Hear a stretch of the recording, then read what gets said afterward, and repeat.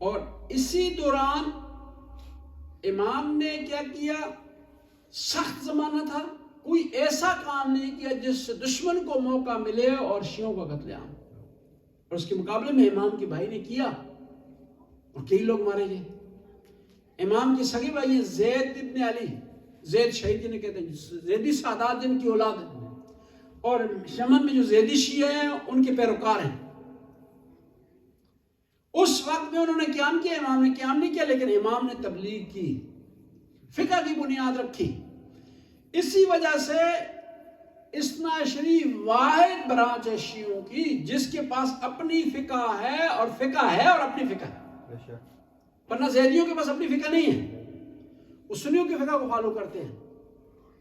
اسماعیلیوں کے پاس، بوروں کے پاس اپنی فقہ نہیں ہے، سنیوں کی فقہ کو فالو کرتے ہیں۔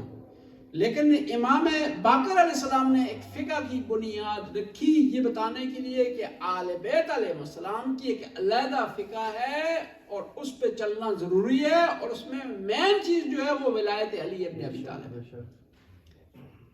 اور پھر اسی دوران امام باقر علیہ السلام نے، اس زمانے میں اجتہاد کا چرچا ہو رہا تھا، یہ وہ زمانہ جب اہل سنت کے بہت بڑے امام ابو حنیفہ اتنے بڑے تھے کہ ان کا نام امام اعظم رکھا گیا، اس طرح سے قائد اعظم، امام اعظم، یعنی بڑے امام اس وقت موجود تھے۔ اس زمانے میں امام باقر علیہ السلام نے بعض فقہی قواعد دیے، فقہ کے مین اصول بتائے، تاکہ شیعہ کو اس سے حکم نکالنے میں، شرعی حکم کو نکالنے میں آسانی ہو۔ اس وقت کیا تھا اہل سنت میں؟ کون سی چیز رائج تھی؟ قیاس تھا، استحسان تھا، سد ذرائع تھا، یہ چیزیں اہل سنت میں تھی شرعی حکم کو جانچنے کے لیے۔ قیاس کیا ہوتا ہے؟ قیاس کی مثال دوں آپ کو، تھک تو نہیں گیا آپ؟ یہ آپ بھی تھوڑے ہیں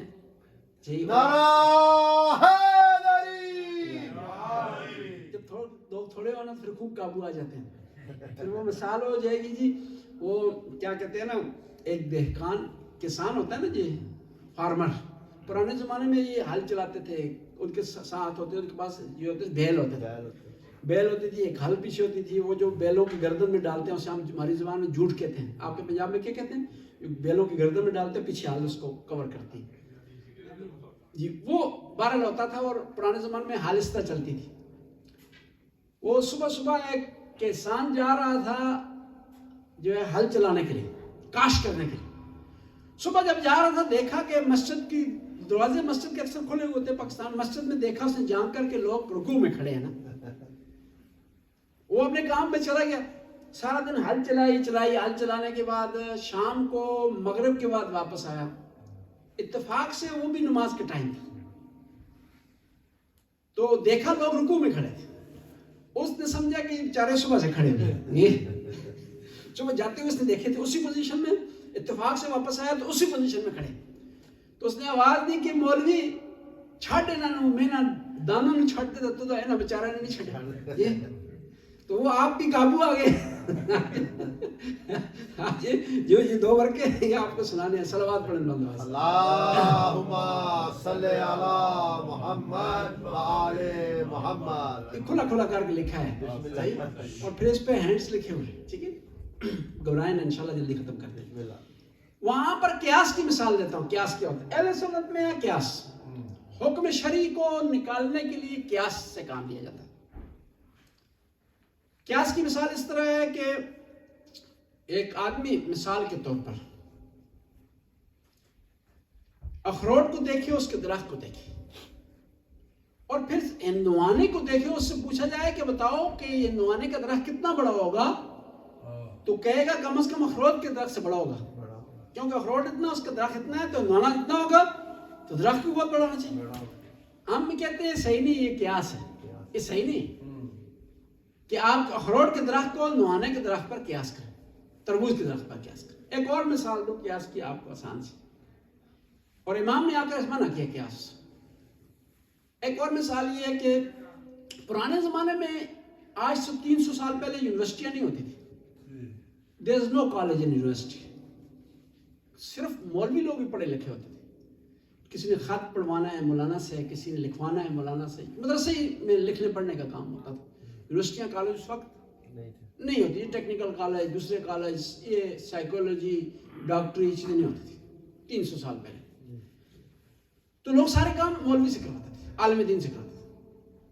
بیمار ہو گیا بھی تویز داغا دینا. ٹھیک ہے، 2 ہی پورے گاؤں میں 2 اسپیشلسٹ ہوتے تھے، مولانا اور نائی. نائی کی بہت زیادہ کام ہوتا ہے. دانت نکالنا نائی کا کام ہے، سنتیاں بٹھانا نائی کا کام ہے، دیگ پکانا نائی کا کام ہے، بال کاٹنا نائی کا کام ہے، ختم ماتمے بیاہ کی شادی کی اطلاع دینا نائی کا کام ہے، چرپائیاں اکٹھی کرنا نائی کا کام ہوتا ہے. یعنی ایک آدمی تھا وہ کئی چیزوں کا ایکسپرٹ ہوتا تھا. اس لیے ہوتا تھا نہیں ہوتا تھا، سب کچھ کام گاؤں میں 2 آدمی ہوتے تھے، مولانا ہوتا تھا یا نائی، سارے کام وہی کرتے تھے. وہ کیا ہوا، ایک بچہ جو ہے بھول کر کے درخت پہ چڑھ گیا. بچے جو ہوتے ہیں نا جب چڑھ جاتے ہیں آسانی سے، پھر دوبارہ اوپر سے نیچے دیکھتے ہیں تو گھبراتے ہیں، نیچے اترتے نہیں. بڑی ٹینشن بن جاتی ہے والدین کو کہ کس طرح اتاریں. وہ پورا گاؤں اکٹھا ہو گیا، بچہ درخت پہ چڑھ گیا. اب لوگ اس کو کوئی کہہ رہا ہے بسم اللہ پڑھ کے آ جاؤ، کوئی کہتا ہے اس طرف سے آ جاؤ، کوئی کہتا ہے یہ کرو، کوئی کہتا ہے کوئی اس کی طرف چادر پھینک رہا ہے، کوئی دم درود پڑھ رہا ہے. جس کو آتا ہے سارا گاؤں والے اکٹھے، سادے لوگ ہوتے تھے پرانے سے. وہیں سے مولانا صاحب آ گئے. تو عوام نے درخواست کی مولانا صاحب سے کہ مولانا صاحب آپ کوئی دم درود پڑھیں، کوئی کرے جو ہے اس بچے کو نیچے آ جائے. تو مولانا نے کہا اس کی طرف رسی پھینکو. لوگوں نے رسی پھینکی، کہا بچہ پتر جی انہوں نے باٹا بد کے نہ اس کو ٹائٹ باندھ لیں، کمر سے کس کے باندھ لیں. اس بچے نے کمر سے باندھا. اب گاؤں والے 300 آدمی کھڑا، سب کو کہا کھینچو اس کو. ہم دیکھتے ہیں اترتا یا نہیں اترتا. چاہیے اب جو ہے لوگوں نے کھینچا، بچہ نیچے آیا، مر گیا. اب لوگوں نے پکڑ لیا کہ مولانا صاحب آپ نے کیا کیا؟ ہم نے تو کہا تھا کہ آپ دم پڑھیں، کوئی درود پڑھیں، کوئی اس کو بلا پھسلا کر کے نیچے لے آئیں، کوئی اس کو کس طریقے سے. تو آپ نے غلط کام کیا. مولانا نے کہا میں نے قیاس کیا، میں ایک گاؤں میں گیا تھا، بچہ کنویں میں گرا ہوا تھا تو ہم نے رسی سے نکالا تھا. میں نے درخت کو کنویں پر قیاس کر دی. تو امام علیہ السلام نے ارشاد فرمایا کہ دین کو قیاس کے ذریعے نہیں سمجھا جا سکتا، اس کے لیے اصول چاہیے. پھر امام نے اصول بیان کیے جو آج تک ہماری فقہ میں.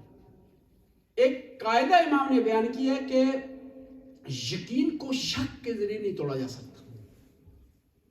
مثال کے ذریعے کروں، آپ نے وضو کیا ہے اور یقینی ہے کہ آپ نے وضو کیا، اس کے بعد شک ہو گیا کہ وضو ٹوٹا یا نہیں ٹوٹا. امام کی حدیث میں ہے کہ لا تنقض الیقین بالشک، شک کے ذریعے یقین کو نہیں توڑا جا سکتا. اب آپ کو شک ہوا ہے اور یقین پاورفل ہے، لہذا یقین پاورفل ہے، یہ باقی رہے گا، شک اس کو نہیں توڑ سکتا. ماشاءاللہ ماشاءاللہ، کیا بات. میں آسان سی آپ کو مثال دوں. شک ہوتا ہے 50-50، یقین ہوتا ہے 100%. کیا ہوتا ہے گمان کتنا ہوتا ہے؟ وہ 60% ہوتا ہے. گمان غالب کتنا ہوتا ہے؟ 80% ہوتا ہے. اور ایہام ہماری زبان میں کہتے ہیں نا احتمال، گمان ضعیف، وہ 30% ہوتا ہے. لیکن آپ کو جب یقین ہے یہ 100% ہے، اب ایک چیز آئی 50%، آیا 50% 100% کو توڑ سکتی ہے، اس کا مقابلہ کر سکتی؟ نہیں کر سکتی. امام نے فرمایا لا تنقض الیقین بالشک، امام باقر کہ یقین کو شک کے ذریعے توڑو. یہ اس کے الٹ ہے. آپ کو یقین ہے کہ آپ کا وضو نہیں تھا اور اب شک ہو گیا کہ میں نے اس کے بعد وضو کیا یا نہیں کیا، پھر یہ کہ آپ نے وضو کرنا ہے. جو یقین تھا کہ آپ کا وضو ہے، وضو نہیں ہے، اور شک ہو گیا ہونے کا. امام نے فرمایا یقین کے ذریعے شک کے ذریعے یقین کو نہیں توڑ سکتے، لہذا اس معاملے میں آپ نے شک کی طرف پرواہ نہیں کرنا. اور اس کے بعد امام نے ایک اور قاعدہ بیان کیا، ایک صلوات پڑھ لیں. اللہم صلی علی محمد وآل محمد. وہ قاعدہ ہے لا ضرر ولا ضرار فی الاسلام. اسلام میں کوئی ایسا حکم نہیں ہونا چاہیے جس سے انسان کو ضرر اور نقصان پہنچتا ہو. اور اسی قاعدے کی بنیاد پر کئی شرعی حکم رک جاتے ہیں. روزہ واجب ہے آپ پر، بالغ ہیں آپ، رمضان کا مہینہ ہے، سفر میں بھی نہیں ہے.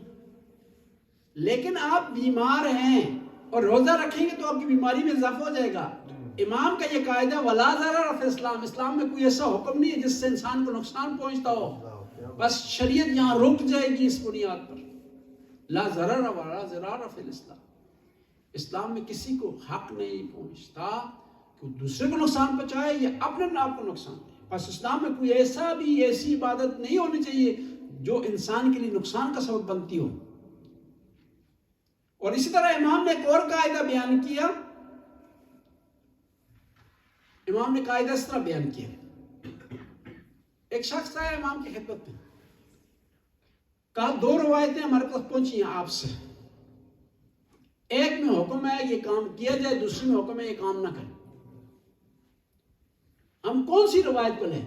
امام نے فرمایا جس روایت کا راوی عادل ہو اس کو لے لیں. اس نے کہا دونوں عادل ہیں.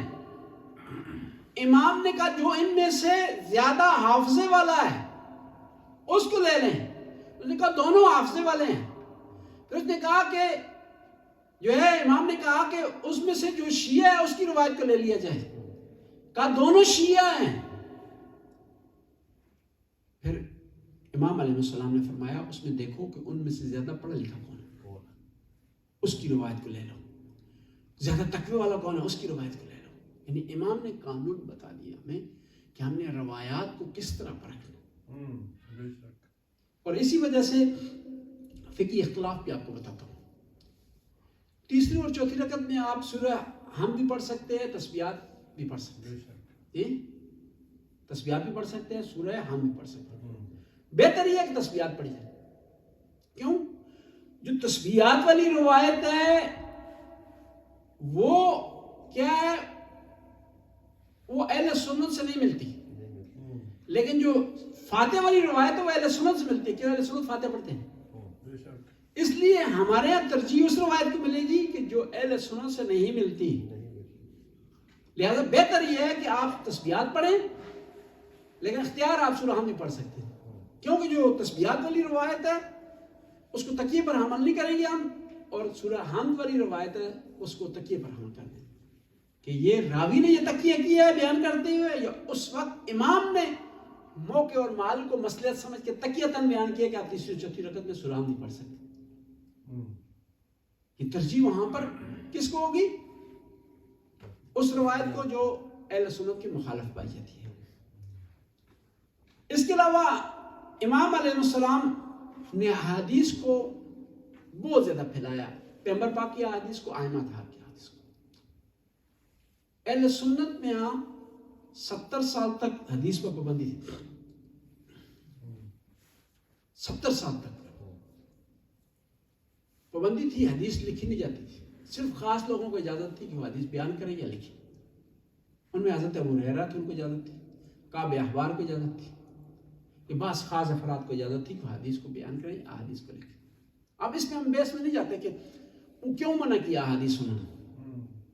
اس میں بھی ایک ان کے یہاں وہ دلیل الگ بیان کرتے ہیں، ہمارے یہاں الگ دلیل. وہ کہتے ہیں اس لیے حدیث کو منع کیا خلیفہ دوم نے کہ قرآن اور حدیث مکس نہ ہو جائیں، اس لیے منع کیا. ہم کہتے ہیں یہ وجہ نہیں تھی، مکس ہو ہی نہیں سکتے تھے. دونوں کا سٹائل مختلف ہے، دونوں کا انداز مختلف ہے. قرآن کی جو فصاحت و بلاغت ہے وہ حدیث میں نہیں پائی جاتی. دونوں کا سسٹم مختلف ہے، کیوں مکس ہوں گے؟ ہم کہتے ہیں احادیث کو اس لیے منع کیا گیا تھا تاکہ کیونکہ احادیث میں بہت زیادہ احادیث اہل بیت کے فضائل میں تھی، اس لیے منع کیا گیا. بہرحال ہم اس سے گزرتے ہیں کہ کیوں منع کیا تھا. عمر بن عبدالعزیز نے حدیث پر پابندی اٹھائی. حدیث اہل سنت میں لکھنا شروع ہوئی. اسی زمانے میں امام باقر علیہ السلام کا زمانہ تھا. تو امام باقر نے اس موقع کو غنیمت جانتے ہوئے اہل بیت کی احادیث کو عام کرنے کی کوشش کی. آپ کے ایک راوی اور شاگرد ہیں محمد بن مسلم، انہوں نے 30,000 احادیث بیان کی ہیں. اور ان کے دوسرے راوی ہیں، شاگرد ہیں جعفر جوفی، انہوں نے 70,000 احادیث بیان کی ہیں. اور اسی طرح امام علیہ السلام کے زمانے میں علم کلام بہت زیادہ عام ہو گیا تھا. علم کلام کسے کہتے ہیں؟ ایسا علم جو عقائد کو ثابت کرتا ہے اسے کہتے ہیں علم کلام. توحید کو ثابت کرتا ہے، رسالت کو ثابت کرتا ہے، عدل خدا کو ثابت کرتا ہے، امامت کو ثابت کرتا ہے. اور امام نے اس زمانے میں شاگردوں کی تربیت کی، حشام بن حکم جیسے شاگرد کی تربیت کی، لوگوں سے مناظرے کرتے تھے. خود امام کے بھی بعض مناظرے مشہور ہیں. امام کا ایک یہودی بشکوپ سے، ایک عیسائی بشکوپ سے مناظرہ ہے، وہ تاریخ میں بیان ہوا ہے احکام کے اس کے حوالے سے، عقائد کے حوالے سے، علم کلام کے حوالے سے. حسن بصری سے امام نے مناظرہ کیا. اس کے علاوہ حشام بن عبد الملک جو بادشاہ تھا اس سے امام کا مناظرہ ہوا. محمد بن منقدر سے امام کا مناظرہ ہوا. نافع بن ازرق سے امام کا مناظرہ ہوا. یہ امام کے مناظرے تاریخ میں کسی دن انشاءاللہ ٹائم ملا تو یہ آپ کی خدمت میں بیان کریں گے امام نے اس وقت مناظرہ کس طرح کیا. یہ ایک مشہور واقعہ ہے کہ امام باقر اور امام جعفر صادق تشریف فرما تھے شام میں، تو وہاں ایک آدمی پادری مشہور ہو گیا کہ لوگوں کو شفا دیتا ہے، لوگوں کے سوالوں کے جواب دیتا ہے اور لوگوں کو مطمئن کرتا ہے. اور امام پر واجب ہوتا ہے کہ دین کا دفاع کرے، لوگوں کو منحرف ہونے سے، بگڑنے سے بچائے. امام کو جب علم ہوا تو امام فوراً اس کے پاس پہنچ گئے.